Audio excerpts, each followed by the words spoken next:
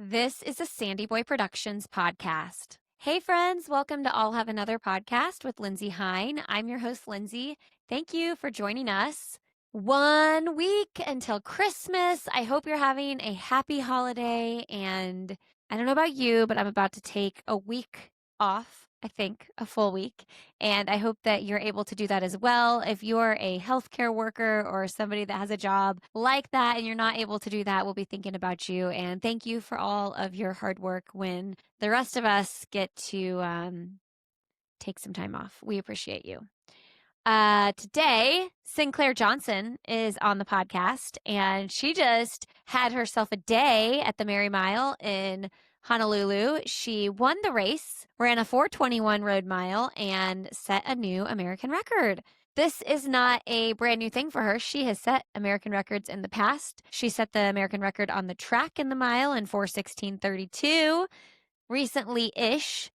She made the world champs team this past year and has really had a successful, strong year. She had a few years battling injuries, and we talk about this in this episode, being coached by her fiance now, and the changes that they have made and how she's feeling super strong and healthy and ready to keep tearing it up. Sinclaire has been on the podcast a couple times in the past. She ran for Oklahoma State. She was an NCAA champion in the 1500 in 2019. Her running days date all the way back to high school, where she was a 5-time state champion. And she went pro right out of college, where she ran with the Bowerman Track Club, and then Union out of Portland. And now she runs for Nike, and she's running and training outside of a group coached by her fiance. So really exciting things ahead. We talk about the Olympic trials last year in 2024. She placed fourth. And though that was a really hard place to be in, she learned a lot from that experience, and we talk about that as well. So many good things to hear about with Sinclaire. Before we start the conversation, don't fast forward. We've got a new sponsor. Really excited to introduce Rocket Money for this podcast. I'm sure many of you have heard about Rocket Money. I don't know about you, but I have so many things that I have signed up for that I do not need to be paying monthly subscriptions for anymore. And Rocket Money helps you clear those out and save money. I have recently signed up for the premium level of Rocket Money, and I am telling you, they're pulling out things that I did not even realize I was spending money on. You know what? One of the most ridiculous things I was spending money on, I had this AI app that I downloaded on my phone, and I had it because I wanted to help design rooms in my house, and I wanted a vision of that. And it was not an app that was for me. It did not help me. It was confusing. Yet I was still paying $10 a month for it. So little things like that are slipping through the cracks, Rocket Money can help you. They track your subscriptions, and they have an automatic transaction category across all of your accounts. So you can customize categories and tag things to reveal spending patterns and add context so that you can do a better job at managing your money. This is automated savings that can help you grow toward goals with adjustable amounts and frequency. You can set it up and forget about it with this approach. Rocket Money is a personal finance app that helps you find and cancel your unwanted subscriptions, monitors your spending, and helps you lower your bills so that you can grow your savings. Let Rocket Money help you reach your financial goals faster. Go to rocketmoney.com/go run. That's rocketmoney.com/go run. rocketmoney.com/go run. All right, friends, leave us a rating and review if you're loving the show. We'd love to hear from listeners, and please enjoy my conversation with the wonderful Sinclaire Johnson. All right, friends. Well, we have Sinclaire Johnson back on the podcast. How are you, Sinclaire? I'm good. How are you doing today? I'm so good. Thank you for doing this. Because of this interview, I have got up and I've showered and I've put some makeup on. I'm recovering from like a little foot surgery, so like I've been on the couch quite a bit. So this is a really, really nice, like, good thing to do. Yeah. What did you get surgery on, or what was the surgery? Okay, do you feel like you're hearing this all the time? I had a Hoglan's deformity. Oh, yeah. Yeah. I just feel like everybody's getting that surgery.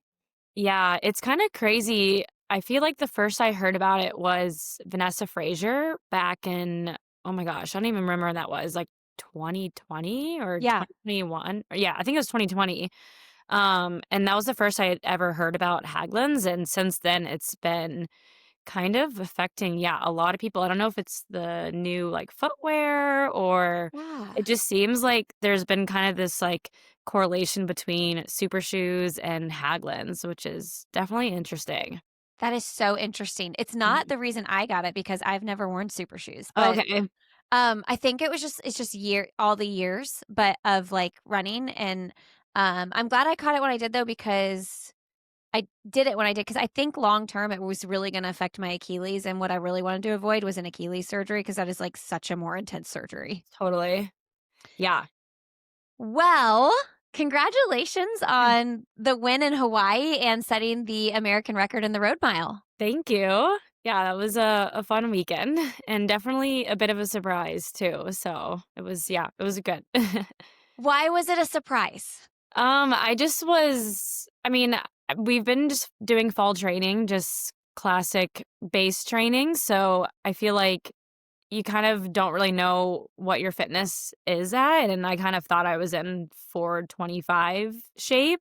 And so that was kind of what I was hoping to run, Wow. and I hoped, like, okay, if I run that, like, last year at that mile, I ran 4:28 and got 3rd, and I Wow. think Nikki had beaten me by, I don't know, it was less than, like, half a second, so I was, like, hoping, like, okay, if I can run 4:25, like, hopefully I can be competing for the win, and, yeah, I mean, my main goal was really just to win. The caliber of the field was really good, and I think it's just always good practice, like, no matter even if it's a low stakes, road mile in December, just to always practice winning or trying to, to compete for the win, so yeah, I was pretty shocked when, I was seeing the time as I was, like, a few meters from the finish line. It was, like, 17, 18, 19. I was like, "What?"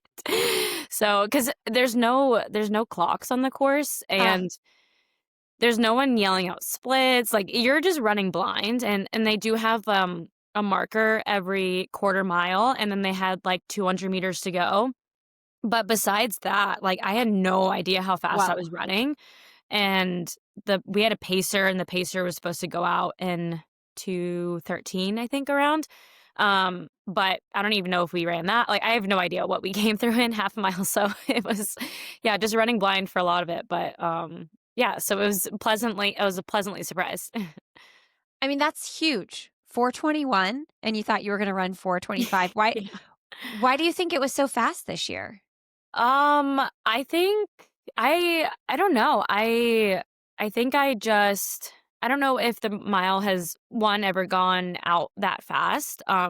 We were told that the men were gonna go through in 154 through half mile.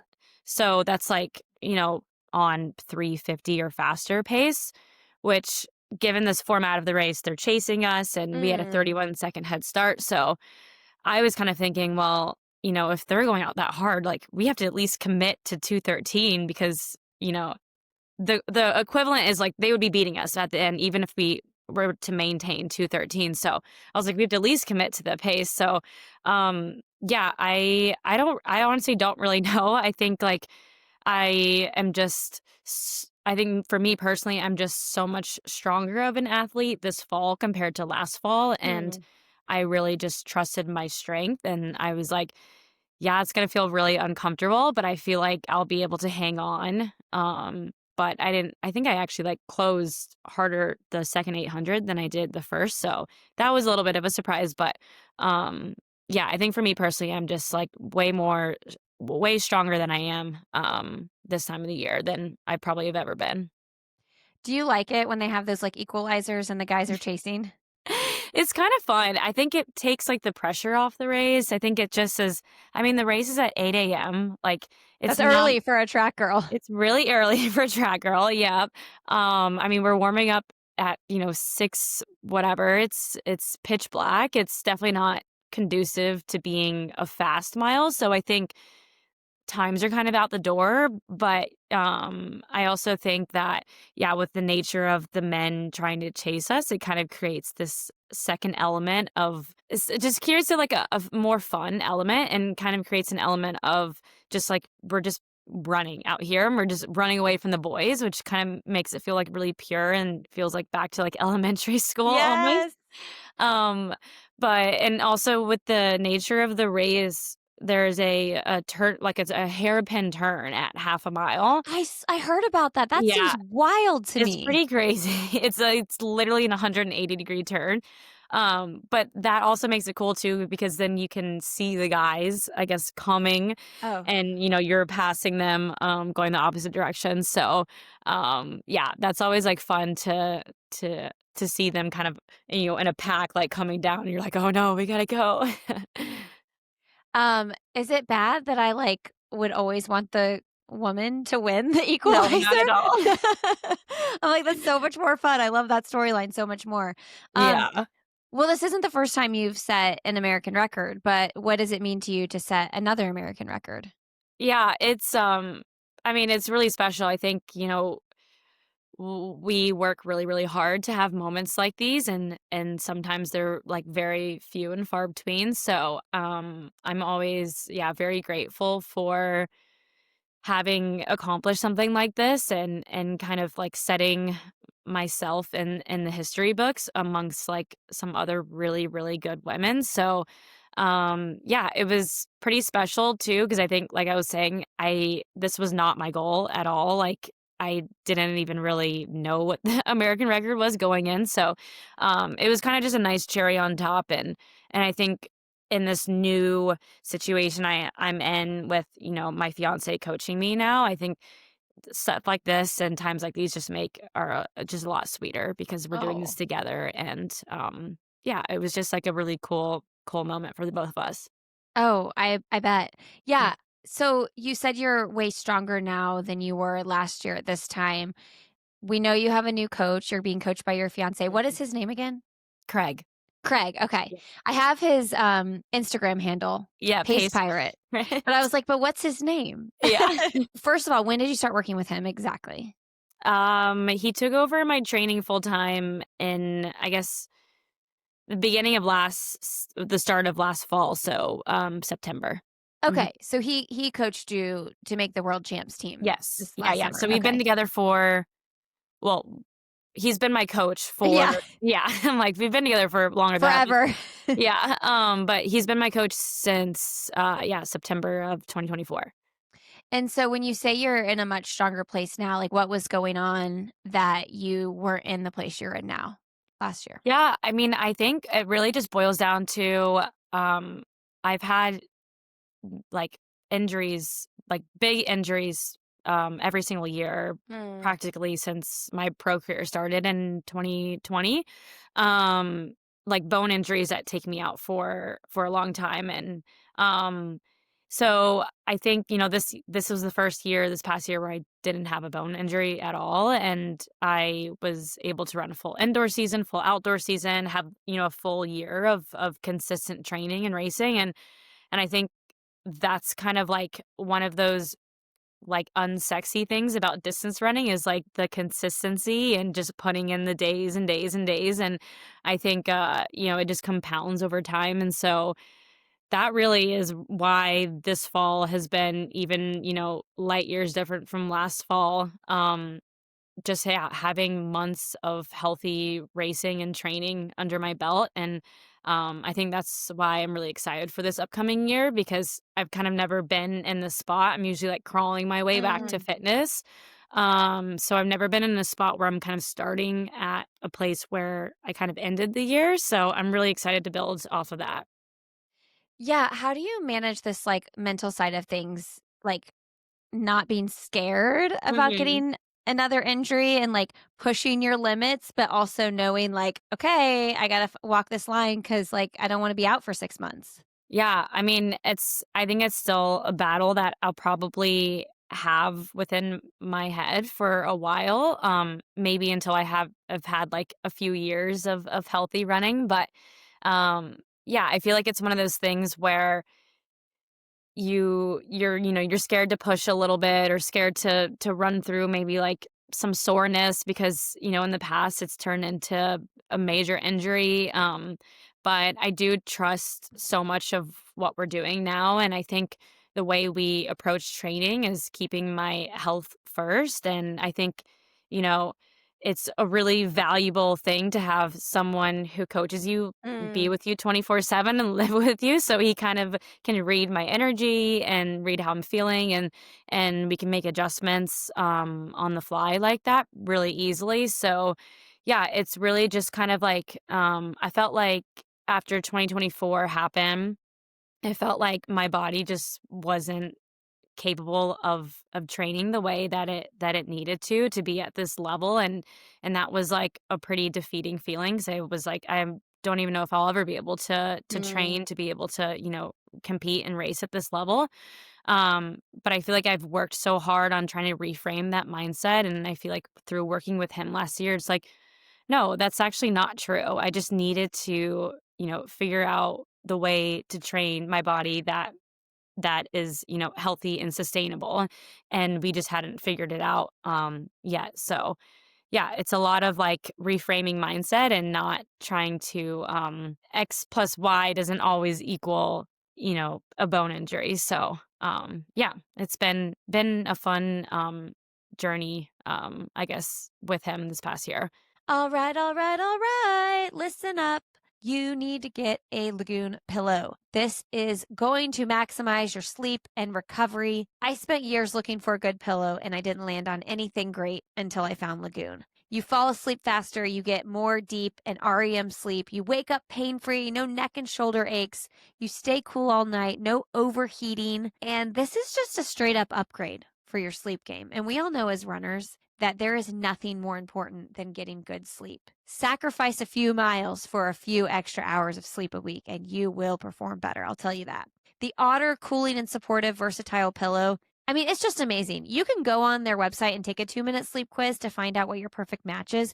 But if I were you, I'd go ahead and get the Otter. You know how you want to like flip your pillow because the other side is cooler? Well, the Otter stays cool. And they send you with the filling so you can use as much or as little as possible. I love to get it right under my neck and get my shoulders just right. And I'm actually sleeping on my back more now, which is important. It feels better. And, we don't want wrinkles and stuff like that. And if you're sleeping on your face all the time, it's going to make those worse. All the things you got to think about as you get a little bit older. Get your spine straight, sleeping on your back. Don't hesitate. Grab yourself 2 pillows. Get one for you, one for the person that you love. Get the Otter Cooling and Supportive. Go to lagoonsleep.com/Lindsay and use the code Lindsay, LANDSEY, for 15% off your order. Check it out. Get it done. All right, friends, back to the show. It's difficult to be in a position of not being heard by your coach, and Yeah. that was kind of my story within Bowerman and within Union, honestly, too.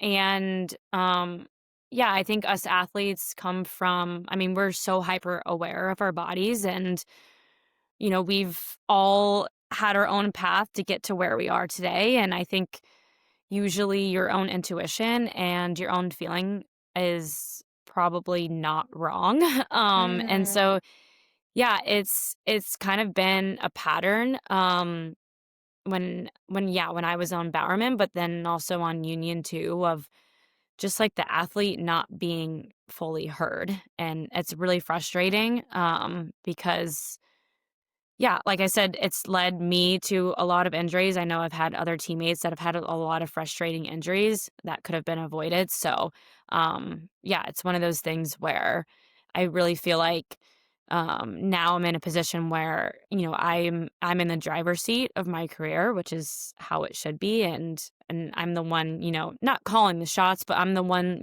kind of driving the boat, and I think it takes two-way street of being able to feel comfortable communicating with your coach and your coach, being able to communicate with you. And so, yeah, I don't know if that really answered your question at all, but like this is my experience, right? And like this is what happened, and I think, this isn't like the experience for every single athlete. I'm sure there's other athletes that have never had this experience with either of these coaches, but I I also don't want to hold back in case, someone else is feeling this way, or it kind of deviates someone from,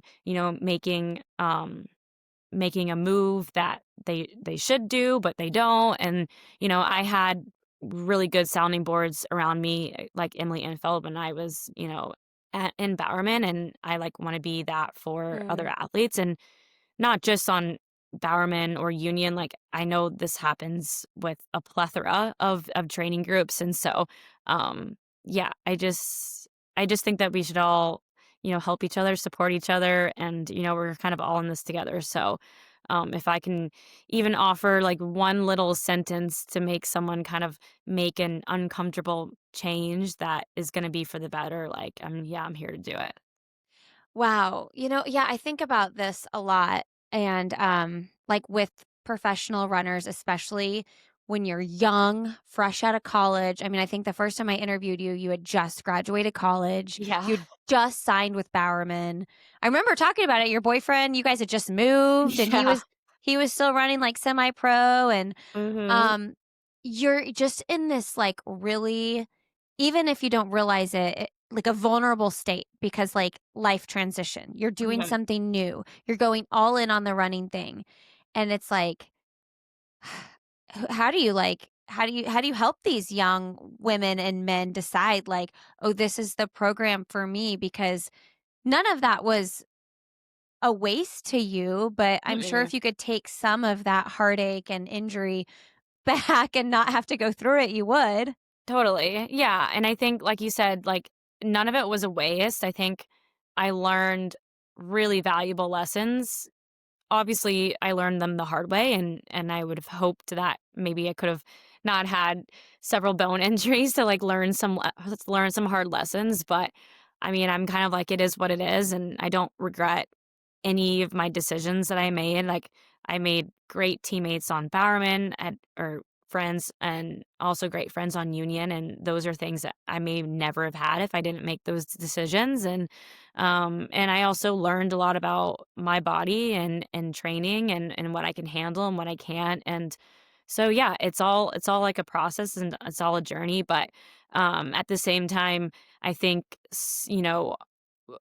talking to especially other young athletes, it's like we can be so hard on ourselves and we can always kind of point the finger to ourselves and say like, we're the problem, we're the issue. And yeah, I mean, there are certain instances where yeah, you may be, but I think like talking to a lot of other athletes, like sometimes it's not you. And so Mhm. just kind of opening up that conversation and just being like, you know, it's okay to kind of, it's obviously taking accountability is a great thing, but it's also okay to kind of look to the Mm, mhm. outside and be like, well, actually, maybe, this wasn't right for me, and I had to do this race, and I shouldn't have done this race, but yeah, I think there's a lot of other elements that can go into it besides just you and your own doing of the situation.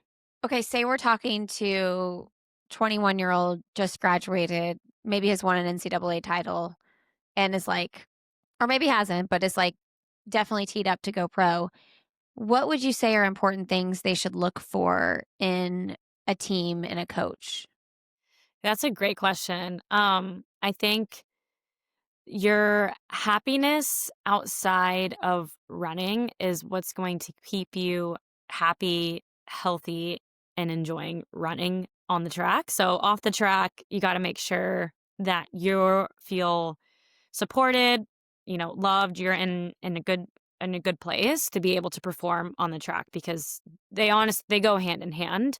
Mm. And so I guess with that, it's like, yeah, I think when you're looking for a coach, it's someone, especially if you're coming out of college. Let's say you have, reached the top of the NCAA, you've won a title, or you've become All American. Like, you have up to that point, like that's been you and your other coaches too, but you have gotten to this level, and so coming into a pro coach is like they don't really know anything about you, and so I think it's really important for you to find a coach that's someone that's going to be like, hey, what has worked for you in the past, what hasn't. Like, I want to hear your story. And, they may have their own ideas. And obviously, like, that's why you want have them coach you. But I think it's also important to have that like balance of this feels more like a partnership, and Mm. they're kind of, trying to hear what my side of things and hear where I've come from, and like I said, what works and what doesn't, while also embracing like, okay, there's going to be some new things that I'm going to try as well. I think when, there's a coach just being like, this is what we're doing, it's my way or the highway, I think you run for the hills, because Yeah. that's not how it should be at all. And most times, like, that's just not going to work, because running is so nuanced and so niche. And, even if you and another athlete on the team are in the same event, let's say the 1500, you can approach it from two different sides of the coin. Like, I'm very much more of an 8, Mhm. 15 girl, and then there was like women on the team that were more 5K and came down to the 15, and we need very different things. And so yeah, I would say that would be a huge thing that I would look for. And then um yeah, and then I think with just, I mean, this is a whole nother conversation, but just making sure you feel supported by your sponsor. Um and yeah, and I think what I didn't realize that I do have now, which I didn't think about coming out of school, was being in a place where you have a community outside of track and field. And luckily, I have that like tremendously in Portland, but I had no idea that that was going to be a thing Mm. here. But I think that has like really kept me grounded in some like really hard moments of just having such a good community of friends. And even just like from my massage therapist and my acupuncturist to just people outside of my running bubble, has been like really, really crucial. And yeah, like I said, keeping me grounded. Yeah, all of that is such good advice and information. Like, one, I'm hearing asking questions. Like, Mhm. any good coach should be asking those questions. It's Really. like any boss at a Yeah. job. Yeah. A teacher is Yeah. like, how do you learn best? Like a parent to your kids, like, you're not responding well to how I'm disciplining. Like, let's talk this through. How can we do this together? Like, gosh, the communication piece is like so, so big.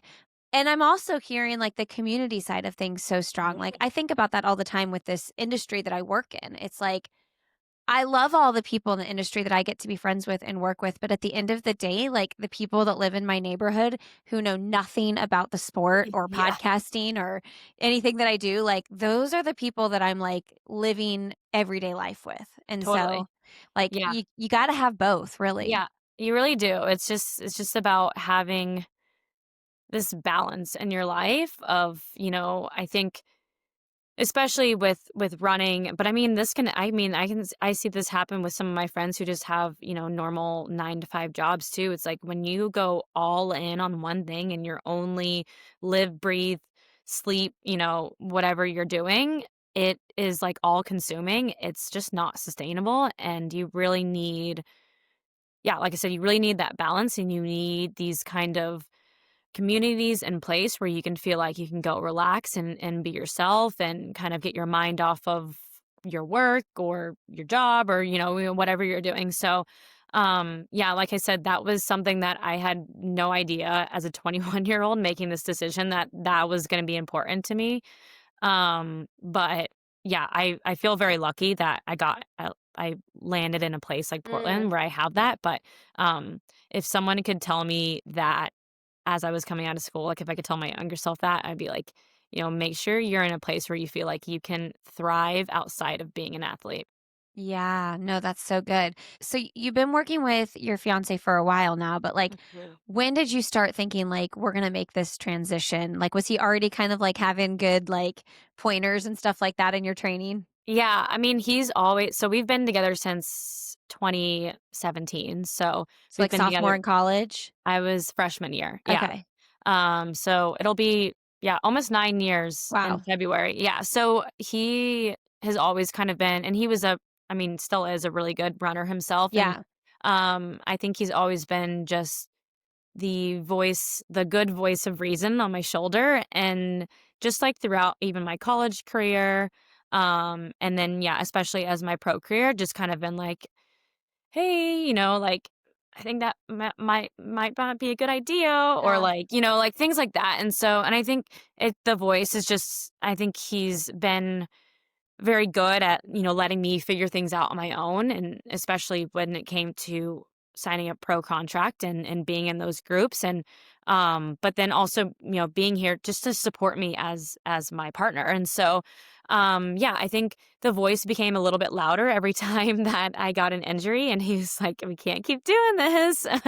And so when I had another bone injury last winter, was kind of like, he's like, okay, and kind of gave me a little bit of tough love. He's like, we need to Mm. figure some things out. Like, this is not sustainable. You can't keep doing this. And I think, seeing me after every injury, like, I think I was at like a really, really low point in March of last year, or of 2024.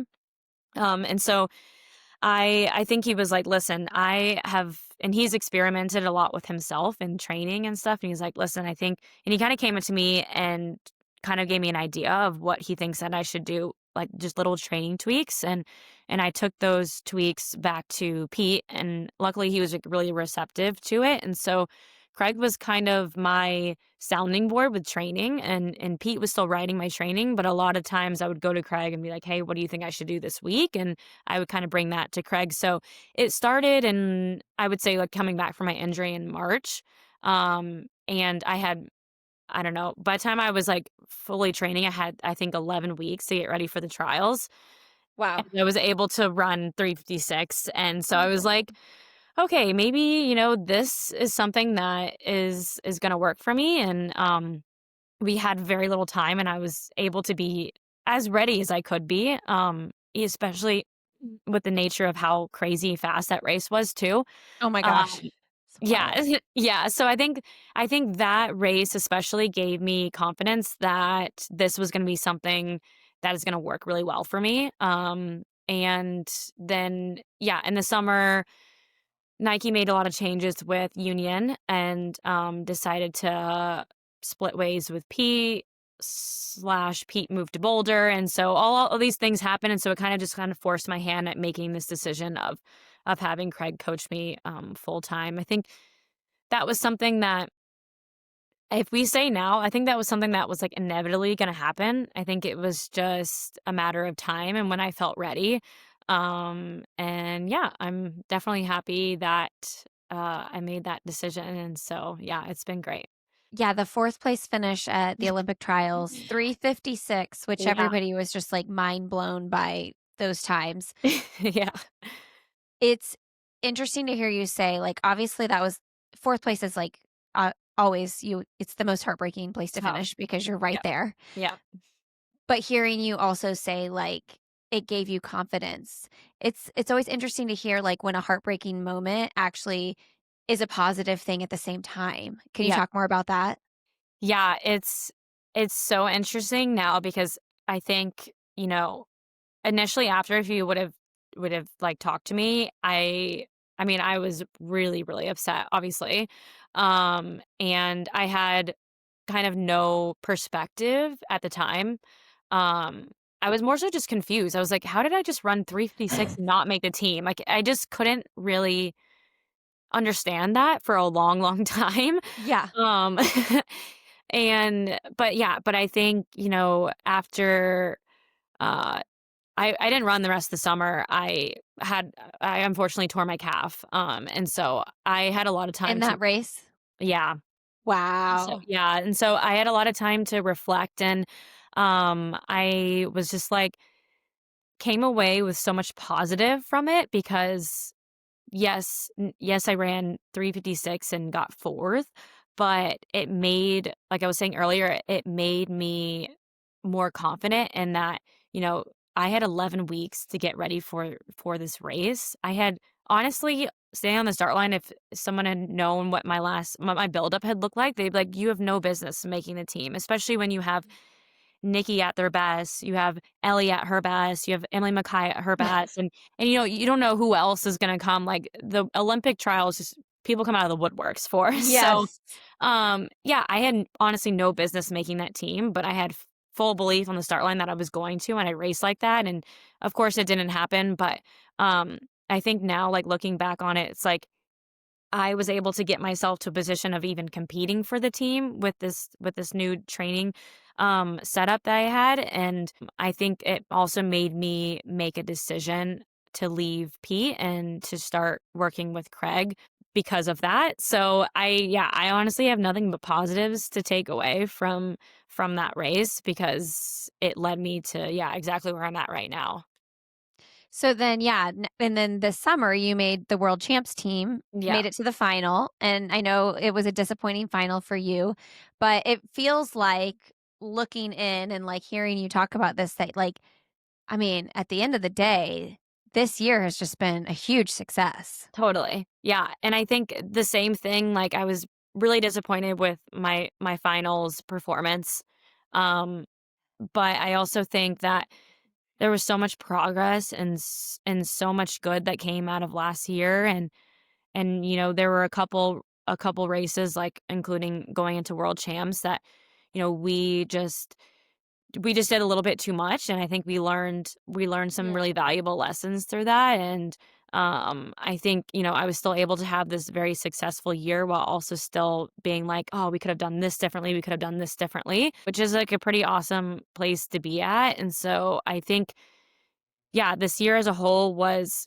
more confirmation that I'm on the right track, but then also, we had these very real learning experiences that it was so refreshing to be able to talk with Craig about this or talk with my coach, I guess, about what went wrong and not just have all the fingers pointed at me and, I was the problem. And it's like took some accountability, I took some Mm. accountability. And I just like can't tell you how nice that was to, sit down at the end of the year and have this conversation of where we kind of made mistakes and not just feel like I was the one making the mistakes the whole year. So yeah, like I said, I think earlier, like I'm really excited for this year because I think we made a lot of progress, but we also learned a whole lot. So yeah, it'll be fun. Yeah, that's a humble thing to do to be able to be like, "Ooh, I shouldn't have directed you this way," or Totally. is it things like you think like you took the workouts a little too far leading up to world champs, things like that? Yeah, yeah. I think this kind of happened to us going into World Indoors. I was like, let's go for a medal. Like, we need to go for a medal. And I think it really doesn't, especially when I had been racing all indoors, and this kind of happened the same thing outdoors too. Is like you're riding that line, and you really Mhm. could take like a couple workouts to really push you over that line. And I think that's what happened World Indoors, and then kind of the same thing happened outdoors. That was more on me. Of I felt like I needed these really intense workouts at race pace. And I think, there's times in the years where that makes sense, but with how much I was racing and how sharp I already was, Mm. it probably, I was riding up to that razor's edge. It probably, just was a little bit too hard, was going to put me over that line. And so yeah, I didn't feel like myself, those outdoor champs, and just felt really heavy legged and tired and fatigued. So, yeah, which was tough, but I think, sometimes, yeah, you gotta make those mistakes to be able to learn from them and grow from them, and, um, yeah, it's just unfortunate that it has to happen at like, the biggest meet of the year, but, it is what it is, and, we're gonna be obviously better for it that we learned that. Are you doing anything else outside of like it sounds like more intuitive training with the physical workouts Yeah. to make sure you're recovering well and like preventing injury? Yeah, I mean, I run a lot less than I have in the past. Really? I do a lot of cross training, Okay. um, and I would say about, mm, 30 to 40% of my aerobic volume is on the bike or the Oh, elliptical, wow. and so it's worked for me. I'm just someone I can get my heart rate up really easily on the bike or the elliptical, and so I'm still getting the same aerobic benefit without putting all the stress on my legs. And so yeah, that's been a huge thing. we also just in terms of, like, actual training, like, with, a lot of my threshold running, we use a lactate meter, which I've never really done consistently in the past, and so really trying to, like we really try and control certain days, so I'm not going too hard and I'm not having to, take multiple days to recover from. So yeah, those are kind of like the big things. I mean, still doing the same recovery tools or recovery things in terms of, massage and Mhm. acupuncture and whatnot, but it's mainly yeah, just keeping the volume more of the volume off my legs and, same volume I guess on my heart and lungs, but not so much volume on my legs. Um that's been yeah, the biggest change. I wonder how hard it is to get a coach to buy into that. Yeah. It's interesting though because I feel like, someone like Parker Valby was a Yeah. big proponent of cross training and I think it really changed people's perspective on it because she was able to run so well off of it seemed like a lot of time on the arc Yeah. trainer. So yeah, I think and then now you even see examples like Georgia Bell, who is an amazing, 800, 1500 athlete. And she, I think, does even less mileage than I do and, even more on her bike. So, and she's kind of always been like that. And I know I've listened to a couple podcasts with hers, like she struggled with a lot of injury in college, just like running too much and just constantly getting injured. So, yeah, I think it's a huge plus. I think, you know, as you get up in distance, it's probably more important to Mm. be able to run more just because your legs have gotta get used to, let's say, 10K on the track or a marathon, and, like, not talking about that, but, more of these, like, pure middle distance runners, I think it can be a huge tool for, especially if you've struggled with injury in the past. Yeah, and I would encourage people who are everyday runners listening to think about that too, because this like injury cycle is so freaking frustrating. Yeah, I think I was in the best shape of my life when I did a half Ironman, and it was like, I was still running 4 days a week, but like I was doing so much biking and swimming, and just nice. everything felt like the distance just didn't feel as like taxing because I had been, working all my muscles all the time and Yeah. that cardio. And so I do think that people should really take consider that if that there's someone that's in a cycle. I know that running is more fun. I know Yeah, it of is. course. Yeah, yeah. I mean, yeah, I think, you have to just kind of find a modality that is fun to you, or if that even means, there's, I don't know, like, a rec swim league that you're gonna come jump in, twice a week. You could do Yeah. that. Like, I don't know, there's ways you could do a spin. There's all those like Soul Cycle, all those spin classes if you have to go indoors. I found that I love cycling outdoors, and that's kind of been my number one modality.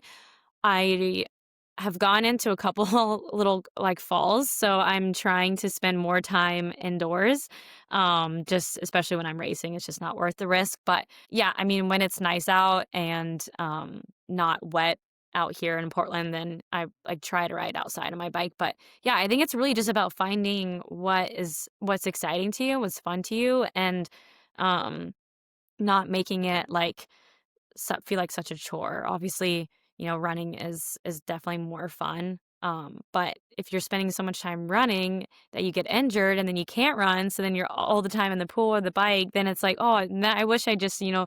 swapped out a couple runs a week for the bike or for the pool or for the elliptical so that I could, keep running for, more time of the year. So that's kind of how I look at it now. It's like, well, I'd rather just do this for 45 minutes 3 times a week than do this for 90 minutes 6 times a week.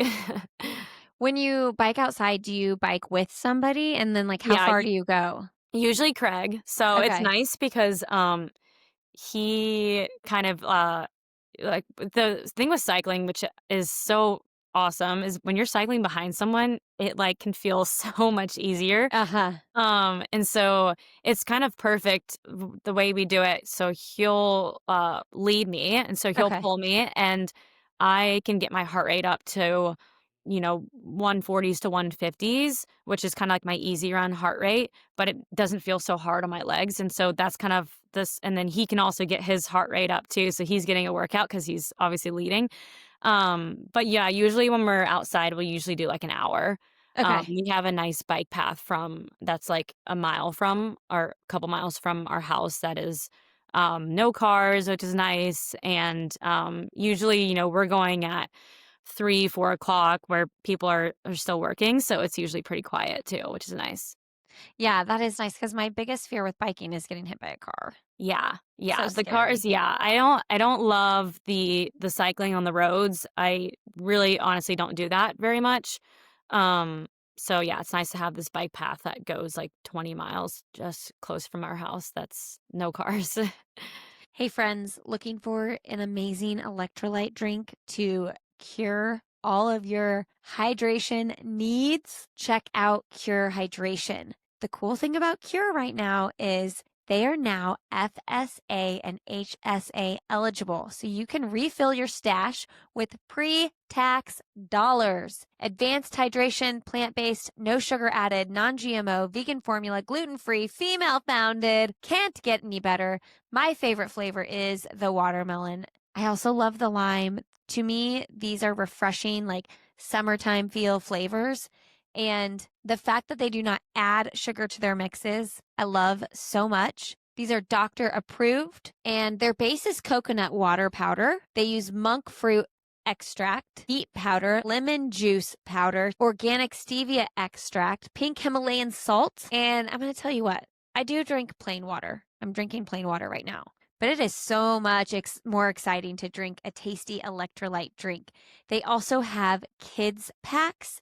And I find that if I send my kid with a little pack to shake up in a water bottle, it makes drinking the water so much more fun. Although I don't know about you, but man, kids these days, like they don't go anywhere without water. They can't go 5 minutes without water. We've trained them to be obsessed with water. But the electrolyte drink mixes are where it's at. You're not getting any of that junk that you see in a lot of sports drinks, and they're still exciting and they taste even better. Go to curehydration.com/another, use the code another, and that'll get you 15% off your order. Stock up for your spring marathon training and send your kids with a little packet in their lunchbox, a little excitement in their lunchbox. curehydration.com/another, use the code another for 15% off your order.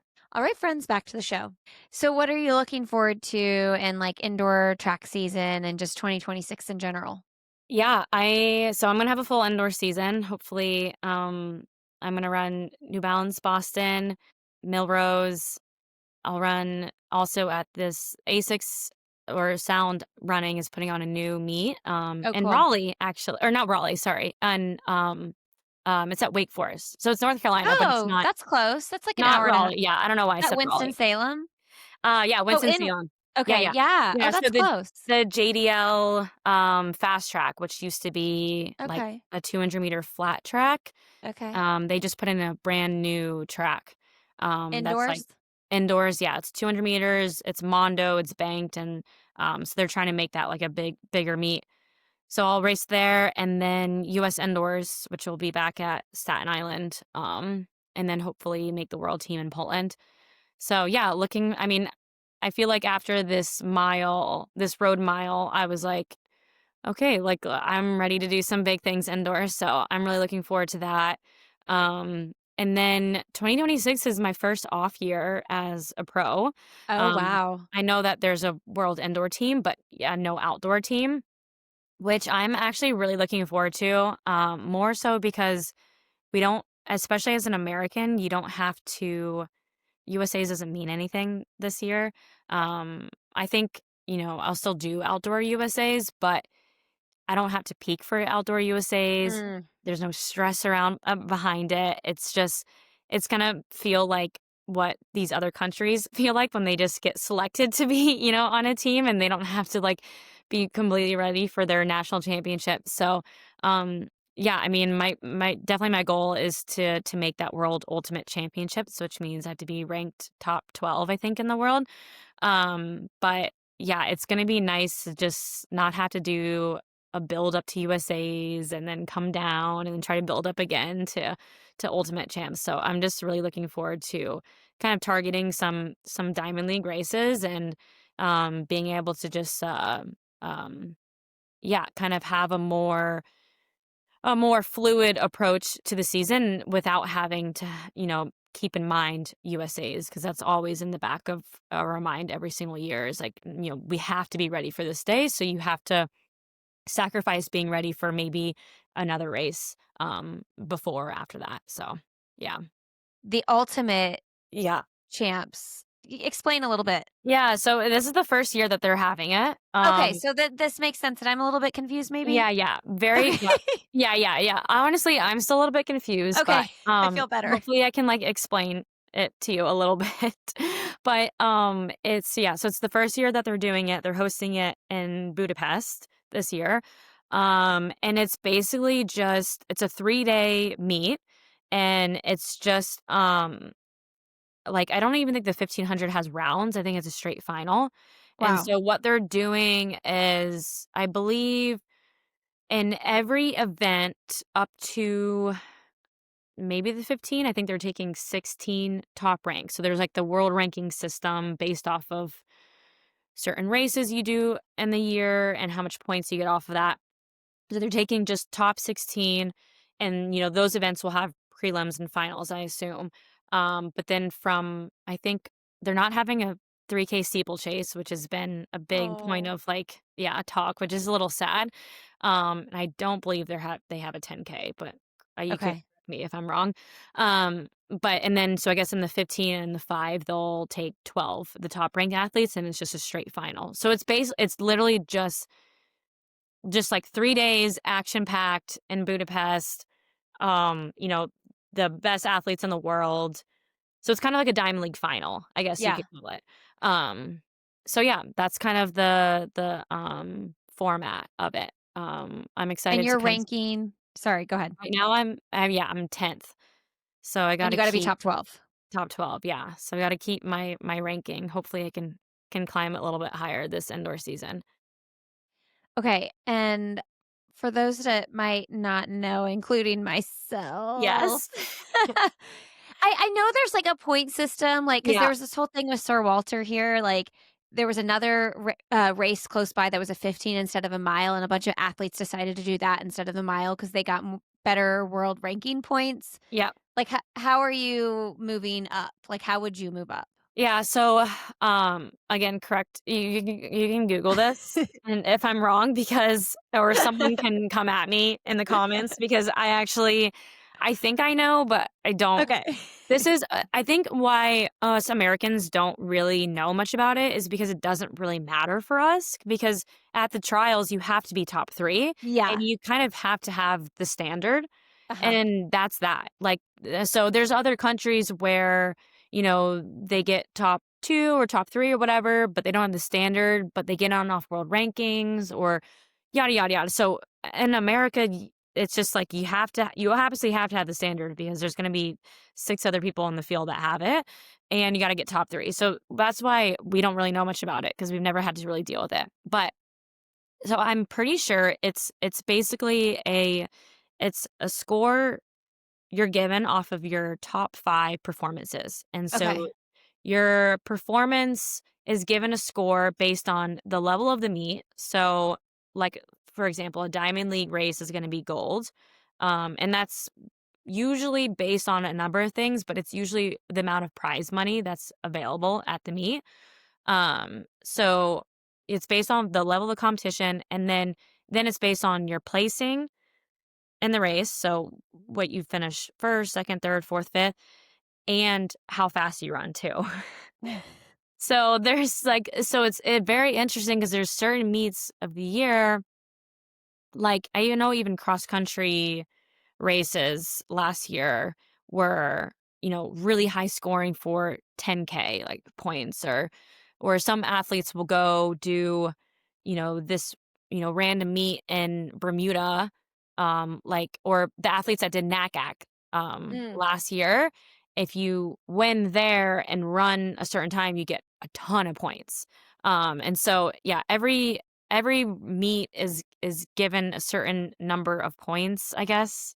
And then yeah, depending on how well you place and what time you run, you get obviously a lot more points for that. So I mean, I feel like I need to take a class, like I a know, it really course. is. I don't even know if I really explained that well, but, yeah, it's kinda confusing, and I don't even really know all the ins and outs. I just know that I have to go to gold label meets and run Mm. fast and place well, and then I'll get higher world rank.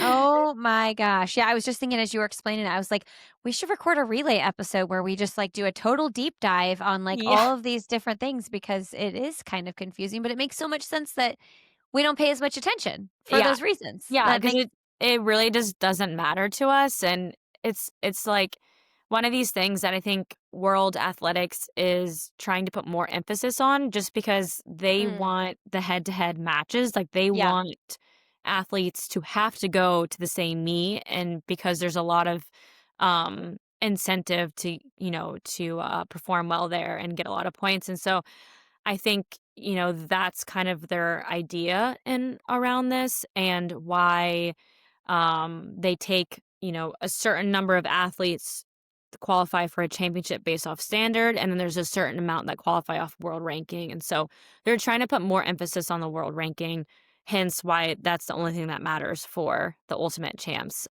Because they do want these head to head competitions and I do understand the premise of it. It's just like really confusing. Totally. Okay. Road mile, track 15. What's your favorite? Oh, track 15 for sure. Of course. Yeah, Yeah. it's like, yeah, I think something about not running I would say it goes track 15, road mile, and then Oh. track mile. Oh, really? Why's that? Something about running 4 full laps just feels so much longer to me. I know it's not, like it's really only 109 meters long, but something about starting on a straight Uh, makes the race feel like I am only running 3 laps because I feel like by the time you settle into your position, uh-huh. it's like, "Oh, we have 3 laps to go." Yeah. Where a mile on the track does not feel like that because 'cause you're, like, starting on a curve. And then I think road miles are just really fun. We don't get to do them a whole lot, and you're kinda running blind the whole time, which is kind of nice because 'cause you're just like, "I have no idea how fast I'm running, where I'm at." It's kind of just it feels like just getting from point A to point B, which feels really fun. So, yeah, that's my order. Will you throw in any 800s in the indoor season? Not in the indoor season. I'm just gonna focus on mile, and I'm actually gonna do a 3K. Okay. But outdoors, yes, because I Okay, really fun. need to update my 800 PB. Oh, So what is it? it's 159.7. Okay. So I need to, yeah, definitely need to update that. I think, yeah, I can run faster than that. So, yeah, Get that outdoors leg for speed sure. in. Yes. What are the chances we can get you to come to Sir Walter? um, I feel like pretty high Oh, fun. considering I feel like last year it was just the timing of It was US really champs. hard. It was like a quick turnaround. So yeah, depending on do you know what time of the year or what I date mean, it is yet? it's always like the first week in August or something Yeah, like that. yeah.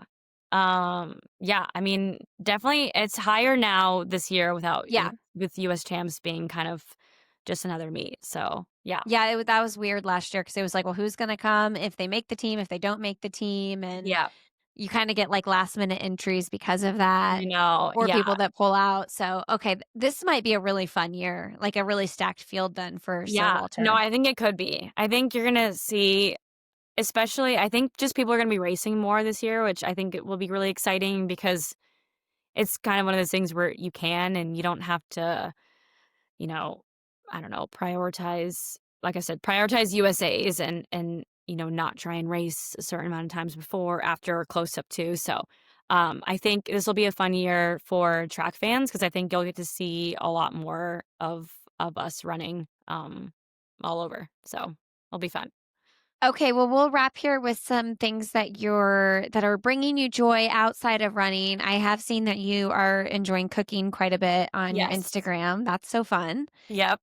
Yeah, I've always really been into cooking. basically since college. I had like a group of friends and we would always um cook meals on the weekends together. So that's when I feel like I first started getting into it. But recently I've gotten into making bread. Okay. So that's been kind of my little pastime right now, making some fresh bread. So Do you have a bread maker? no, no, I don't have a bread maker. I've just been doing it, yeah, by hand. See, I kind of want to make bread too. And then I'm like, of course, looking at bread makers, but I'm like, you don't need another kitchen gadget. You do it without the maker. So, Yeah, you could do it if you have a Dutch oven, you could do it in that too. okay. You kind of just need something that has a lid on the top because you have to bake it, and that's oven safe, obviously, because you have to bake it covered first, and then you bake it to get the brown on the outside. But it's Wow. honestly, it seems like a very intimidating thing, and It does. I thought I was like, "There's no way I can do this." Sourdough is another thing. I'm not making Yeah. sourdough right now. I'm just starting with, like, a normal, like, yeast bread, but that has been really, really easy. And I feel like once I get that down, then maybe I'll tackle sourdough, but I'm kinda scared of that sourdough starter, it seems The like. starter is Yeah, scary. it is scary. And everybody was making it during COVID. I know, yeah. It's that seems more appropriate because you're at home so much more and you have Yeah. yeah, but now I'm like, I'm gonna forget about the Well, and then feet. don't you just like get a starter like you just share a starter? Like You that's how could, you do yep. it? Yeah, you Yeah. totally could. Yeah, but you gotta keep it alive though, that's the problem. Oh, Like, you can't just let it you have to sit. tend to the starter? Yeah, because it's like Mm. live, active bacteria. Wow. Yeah. That scares me. My neighbor was making fresh pita and it was really, really Oh, good. And he said it was yum. super easy. So, Okay. okay. What about like shows, books, podcasts, music? What are you into? Yeah, I'm really into reading. I'm actually reading this book right now that one of my good friends' his mom wrote. And Oh, it's kind of about his great grandma and her story. And so um she's from India and was like this anthropologist that was just like kind of this pioneer. So yeah, I'm reading that right now. what's it called? Oh, it's called Give here mom a plug. I have it right here. It's called The Remarkable Life of Irawati Karv. I don't know, I'm probably pronouncing that wrong, but Nice. Awesome. We'll link that. anyways, I'm reading that right now.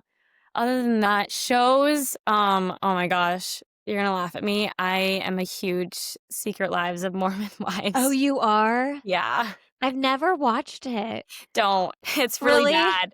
It's really bad, but it's so good. It's like so bad but so good. I So mean, we've it's been similar to just like a Real Housewives, right? it is. It is, yeah. It's very interesting. I mean, the whole Mormon culture has been just, like, fascinating to learn about through their experience and stuff, so, yeah, it's a Isn't one very of them gonna be the new Bachelorette or yes, yeah, something? they're, like, filming it right now. It's the main girl who was kind of started, I guess, mom talk is what they call it. And so is she divorced or widowed? She's divorced, yeah. She has kids. She has 2 kids, yeah, or 3 Okay. kids or something like that, yeah. Okay. Yeah. Okay. Maybe I'll watch this Bachelorette. That's I interesting. don't know, it's really bad, but and then Well, my then other I'm wondering, will all the contestants have to be part of the church? I mean, she said that it's not she said in a podcast that it wasn't important to her that Okay. So they were how Mormon, but they okay. have to move to Utah is what she said. Okay. She's not leaving her people. Okay. Yeah, so Good, good. yeah, but, yeah, other than that, I mean, just kind of we have hanging out with friends, yeah, training up a lot of time, Oh, I for guess, sure. but If you could go to any concert tomorrow, who would you go see? oh, my favorite artist or group, I guess, is Rufus Du Sol. They're like a electronic dance Oh, Australian band. Yeah. really? Yeah. How did you even discover them? I think Craig put me onto them in college. And I've seen them several times in concert and I would go again tomorrow in a heartbeat. I like them that much. So that's Oh, kind of I love it. yeah. Oh, good. All right. Well, what is your last message coming off this year, leading into the new year to send with our audience? I would say my last message would be just be I would say be your biggest advocate. I feel like you kind of like I was saying earlier is like, your intuition and your gut feeling will not lead you astray. And I feel like, you know, you know your heart and you know what you need, or you what you want more than anyone else. And so yeah, if you're gonna be your biggest advocate, I feel like you really can't go wrong, and it'll lead you down some great paths. Sinclaire, congratulations on a successful year on the winning the Merrie Mile American record, and we're looking Thank forward to you. seeing what you do in 26. Thank you so much. It was nice talking to you today. All right, everybody, thank you so much for joining us today. Thank you, Sinclaire, for coming on the podcast. You all can learn more about Sinclaire. Make sure you're following her. She is Sinclaire Johnson on Instagram. You can find me. I'm Lindsay Hines626, and learn more about this show and all the shows in our network at sandyboyproductions.com. You can also find me on the Relay podcast and Road to the Trials, where I am a co-host. Thanks for being here. Have a happy holiday, and we'll see you next time on I'll Have Another with Lindsay Hine podcast.